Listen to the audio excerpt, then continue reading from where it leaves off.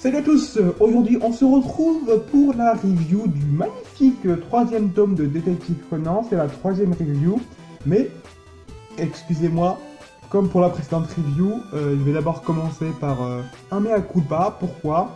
Parce que j'ai encore fait des erreurs et j'ai pas parlé d'autres erreurs que j'avais faites. Je vous explique, dans la review 1, j'avais dit que le manga Détective Conan avait débuté en 96, c'est faux, il a débuté en 94.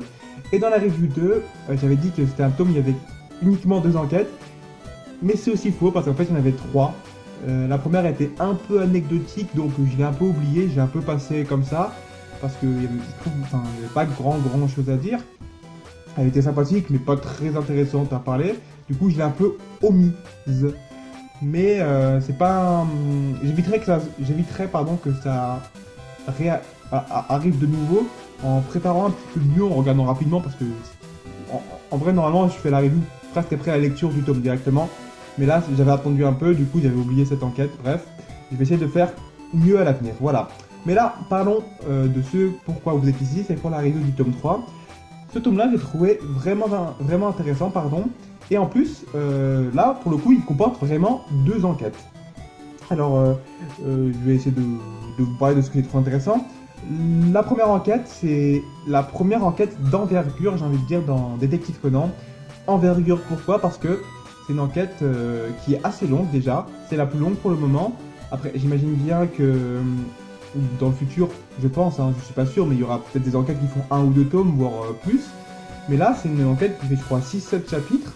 Et du coup, elle permet bien de poser une ambiance, elle permet bien d'introduire de nombreux personnages, c'est d'ailleurs ce qui fait un peu sa spécificité pour le moment. Elle a beaucoup de personnages, donc beaucoup de coupables potentiels, beaucoup de raisons d'avoir commis un crime, etc., etc. Et ça, c'est assez intéressant. En plus, le fait qu'il y ait beaucoup de personnages, ça rend, ça rend de manière générale l'enquête moins manichéenne. Je m'explique. Vu que le personnage en lui-même, enfin le coupable on va dire, interagit avec différents autres personnages et pas uniquement avec la victime, bah ça lui donne de l'humanité, ça le nuance parce que supposons, on a 2 personnages, le premier tue le deuxième, on se dit oulala quand même il est méchant, même s'il avait des raisons, c'est un monstre. Là on a 5 personnages, le premier tue le deuxième mais est extrêmement gentil avec les 4 autres, pardon.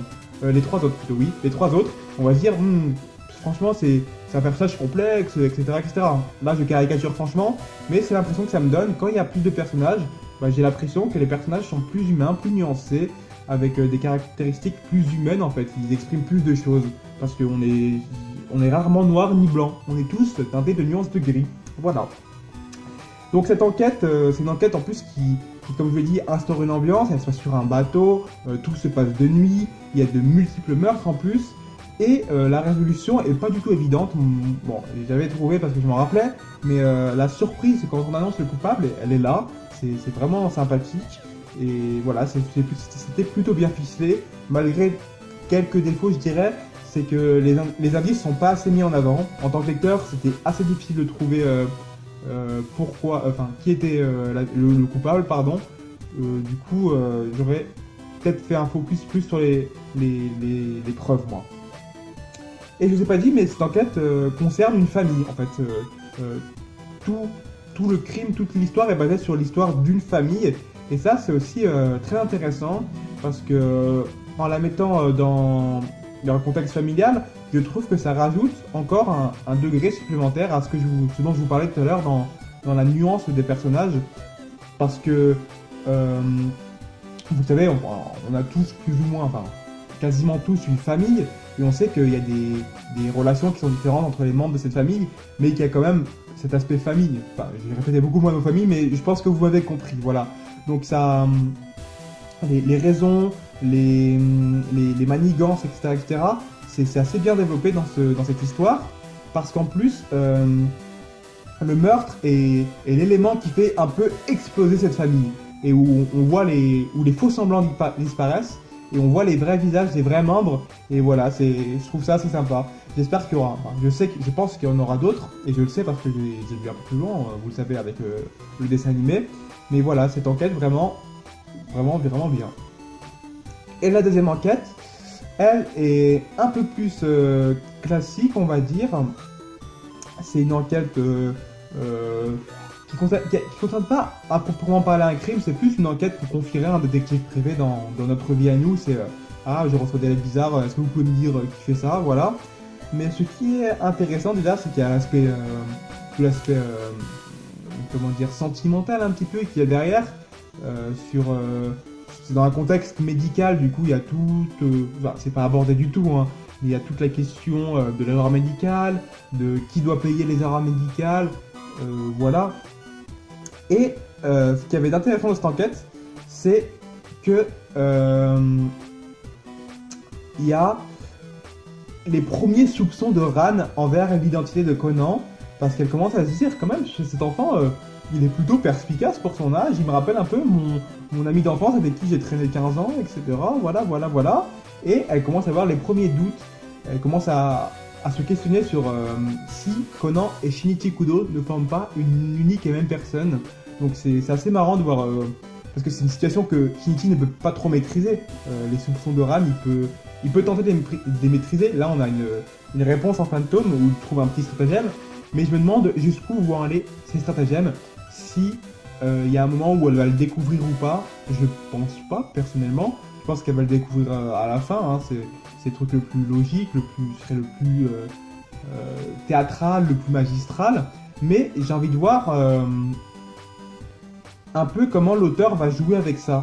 Parce qu'il faut qu'il soit assez convaincant pour nous faire croire que Ran, avec tous les soupçons qu'elle va avoir au cours de l'histoire, qu'elle n'y croit pas au moins un peu, ou à l'inverse, que Conan n'ait pas envie de lui dire. Je sais pas, un contexte, Conan va mourir, Conan, je sais pas, il se fait kidnapper, les ravisseurs ils ont un couteau sous la gorge, c'est ce qu'il va pas le dire, ou d'autres trucs comme ça. Donc voilà, ce tome commence à mettre les pierres je sais pas, les pierres d'un mur qu'il va falloir bien construire si ça veut rester concret. Ah oui, et j'ai oublié de vous dire aussi, dans la première enquête, est introduit mon gadget préféré de Conan, c'est ce que le professeur Agassa appelle la montre hypodermique. Pourquoi hypodermique? Parce qu'elle envoie des petites fléchettes anesthésiantes, hypodermiques, donc sous la peau, qui permettent d'endormir qui on veut.